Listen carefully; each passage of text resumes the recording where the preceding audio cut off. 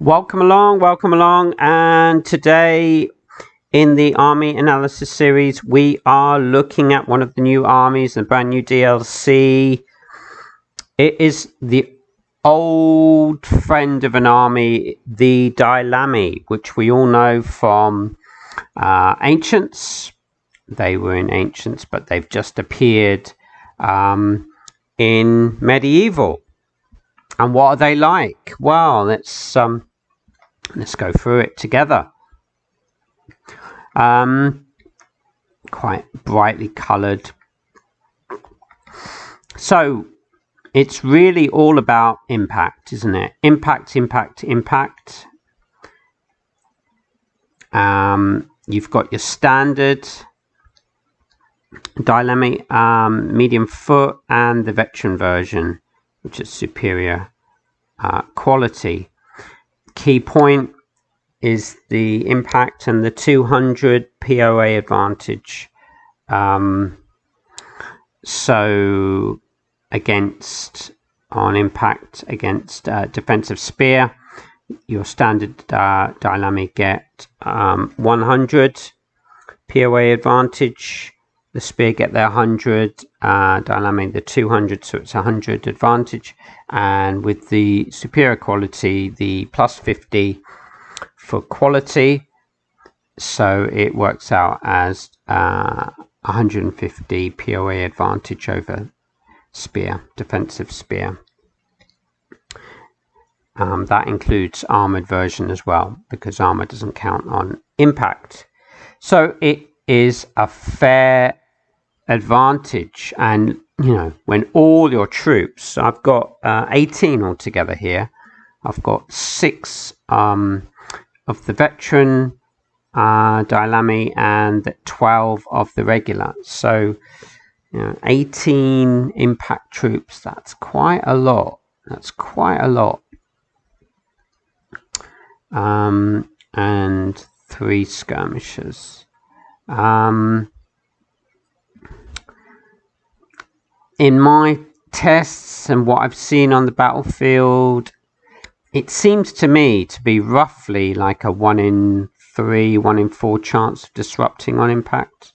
Seems to be, and it might be slightly better with the veterans. So you got a fair chance of disrupting. Also, what often happens is if you win on impact and you inflict casualties, you can get some double drops. And if you get double drops, again, that can have an adverse effect on your opponent's troops. You can rout one of the units in a few rounds, and then you've got firstly the cohesion checks. You might have a chance of another disruption on a nearby unit, but you've also got that advantage on the next round of impact. So you get rid of an enemy unit, and then your companion that's fighting another spear unit or swordsman unit, you can go in and you've got impact. So any kind of little chink in the armor, any kind of disruption can really cause a lot of problems for the enemy. So when you're fighting an impact foot army, literally anything can happen. And when they're all impact foot, I mean, there could be some trouble, because when you're fighting the enemy, they're not going to have great troops all the way across the line. They're going to maybe have some more spear. They're going to maybe have some medium foot that's not impact. They're going to have their defensive spear, which on impact doesn't do great against these troops. And then yes, they might have some maybe dismounted knights, maybe some veteran spear, armored spear. but overall, it's going to be hard to fight so many impact foot troops from an infantry perspective. So there's that issue to worry about for the opponent. The other thing I was looking at was, obviously these troops are not spear and they're also medium foot, but they do remarkably well against cavalry, even in the open. I was checking through this. As an example, the Dailami foot against unprotected lancers, say Bedu light horse, they're evens. So receiving a charge, they're evens. Bedu Cav, which are protected lancers, they're evens. They get their plus 100 as impact foot. Byzantine lancers, which are above average armored lancers, they're only minus 12 down. Only minus 12. So they can hold. Muslim lancers, they're minus 25, which again isn't that much. So, you know, kind of average lancers, light lancers, they do well in the open receiving charges. And, you know, that's not even including your light horse archers, nomad horse archers, and so on and so forth. These are lancers. So, yeah, they can hold their own. It's not until you get to the more superior armored lancers that they might struggle. But there's not going to be, in most armies, not going to be so many of those around on the battlefield. Even against the veterans, against protected lancers, something like the Bedu Cav, veteran Dailami are plus 50 up because of their quality, even receiving charges. Byzantine lancers, they're plus 38 up, receiving charges. And it's not until you hit something like superior armored lancers, something like the Tagmatic lancers, that it's evens. It's evens.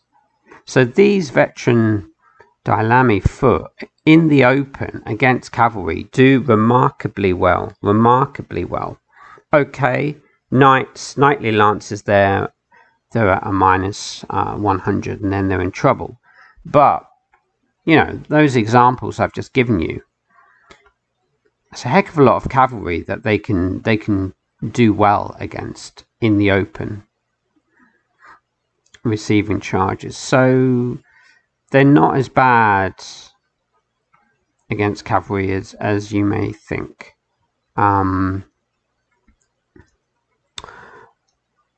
What else? They've got some fairly decent cavalry, you know. Lancers are very good value for money. These are the average protected lancers. They're only 34, and you've got the 28. You've got the light lancers as well, which are great. These are great value for money.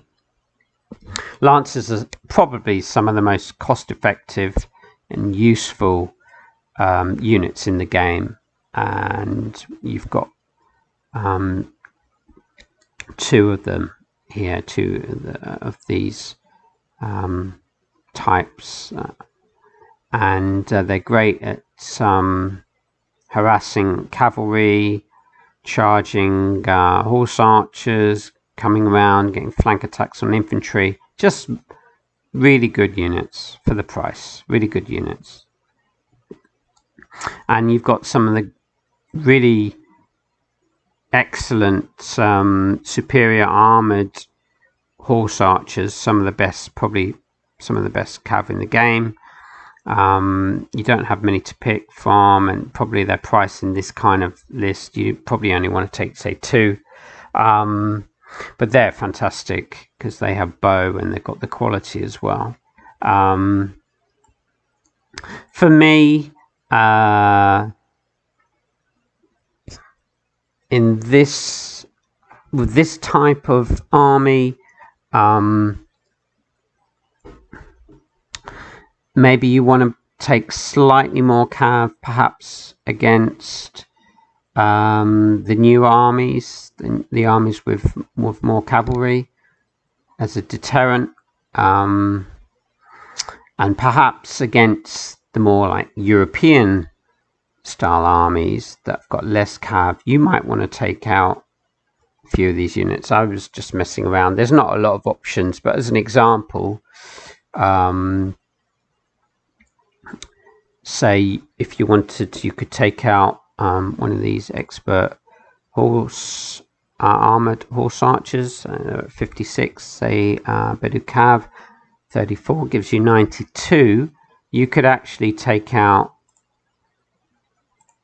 2 more impact foot. You've got 14 left. Maybe we could take out some of these foot archers and upgrade to massed archers as an example.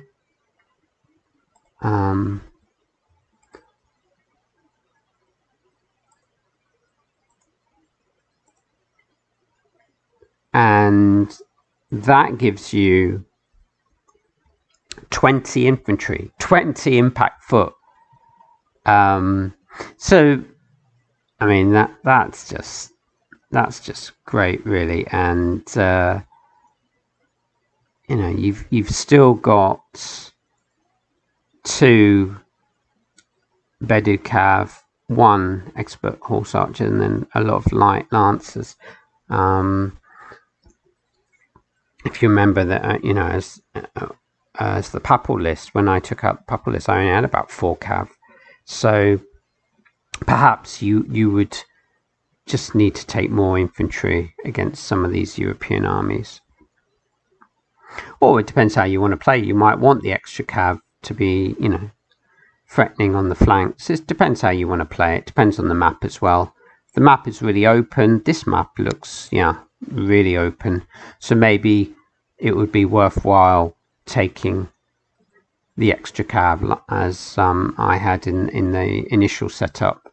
If this map had lots of rough ground, remember all of these units are medium foot. So if there was a lot of rough ground, it might be worth taking the extra infantry. So it depends on the map as well.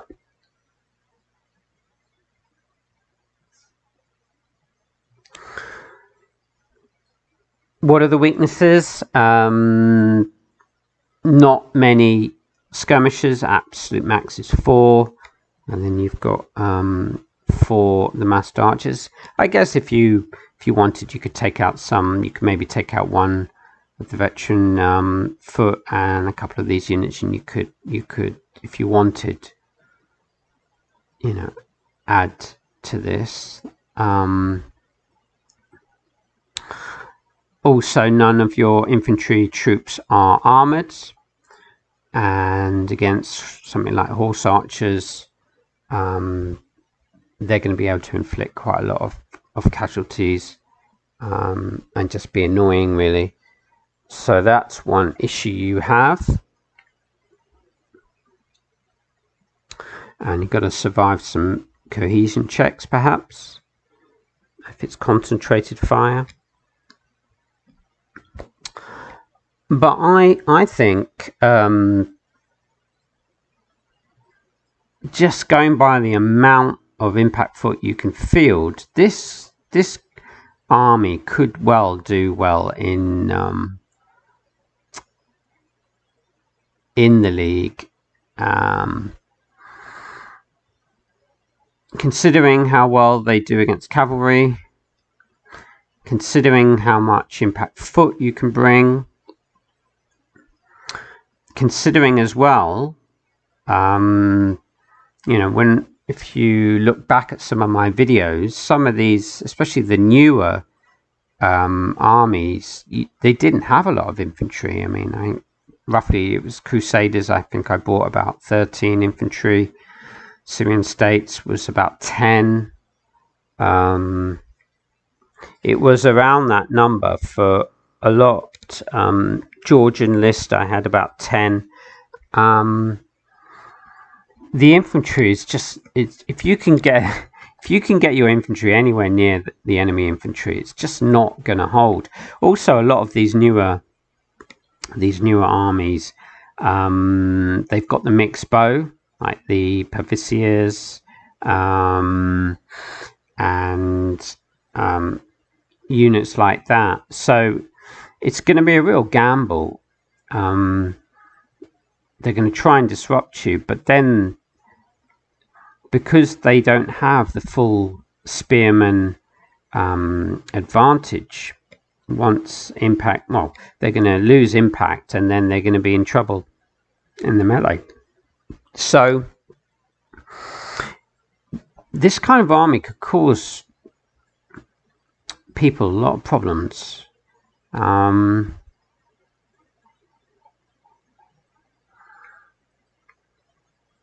Maybe if you have the missile troops, maybe you could take extra skirmishers. Some of the armies have elephants. Elephants could do well against these troops because they're all swordsmen. A mob of horse archers would do well against this kind of army. If you've got that option, I think that would be a good idea.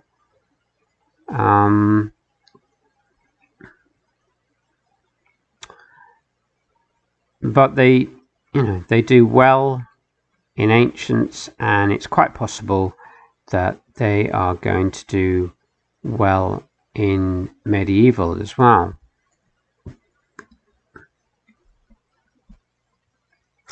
What kind of rating would I give this army? Maybe a B+. About a B+. They don't have a lot of choice with Cav.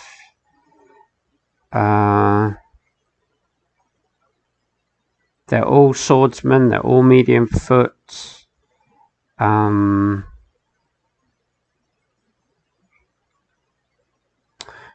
armor. So could be difficult if the enemy brings a lot of skirmishers and bowmen and horse archers, and there's more horse archers with the new armies. But if you can get through that, the key is making contact. If you can get your impact going, then it's everything changes in your favor. So let's see. I think I'm going to go with about a B+ for the moment. And